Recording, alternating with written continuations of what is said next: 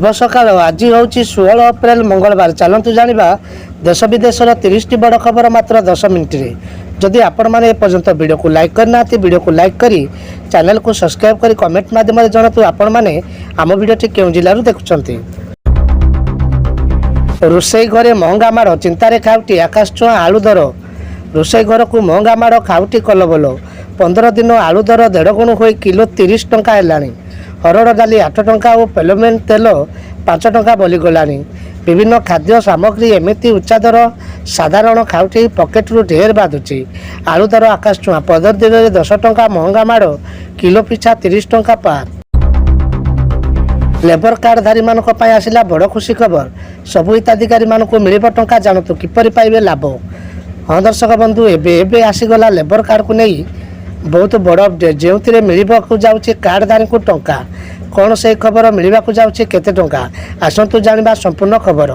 दर्शक बंधु श्रमिक बहुत गुड़िए योजना कार्य कर केंद्र सरकार आ योजना गुड़िया विषय अधिकांश लोक जानी नथिबारु यार लाभ उठाई पारुना किंतु सरकार द्वारा श्रमिक को दि जाउथबा लेबर कार्ड द्वारा एबे सरकार देवाक जाउछंती 3500 टंका।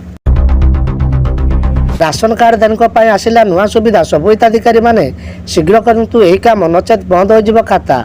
नमस्कार दर्शक बंधु, राशन कार्डधारी मानक पई आसिला बड़ घोषणा जहाँ आपण माने समस्ते जानी रखिथिबा जरूरी। जदि आपणकर राशन कार्ड अच्छी आउ आपण एतुरु मागणा राशन सामग्री लाभ उठाउछंती तेबे जानी रखंतु सरकार तरफ जारी होईछि नुआ सूचना मिलवाक जाउछि नुआ सुविधा। सरकार राशन कार्ड माध्यम बहु संख्यक गरीब लोक को मागणा राशन जोगाई देउथिबा किंतु अनेक थर देखा जाइछि।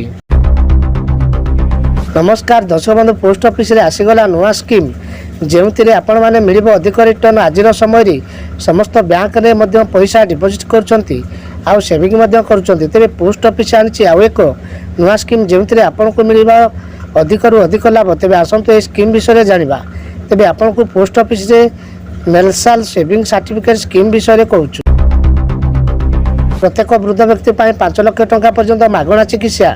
नरेंद्र मोदी सरकार जदि क्षमता को आसती तेज आयुष्मान भारत योजना परिसर विस्तार है। प्रधानमंत्री नरेंद्र मोदी लोकसभा निर्वाचन 2024 बीजेपी घोषणा पत्र प्रकाश करथिबा बेले एही घोषणा करछंती। वर्तमान कहछंती जे 70 वर्ष रु अधिक प्रत्येक वरिष्ठ नागरिक को आयुष्मान भारत योजना अधीन रे अणाजिबो।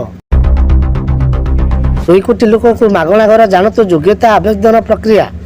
वर्तमान निर्मला सीतारमण संसदर एथर अंतरणीकरण बजेट उपस्थापन बेले गुरुत्वपूर्ण घोषणा करथिले। एथिरे अनेक गुरुत्वपूर्ण घोषणा रहितिला। एही क्रम 5 वर्ष मध्य 2 कोटी गरीब को मागणा घर जोगाई देवाक से घोषणा करथिले।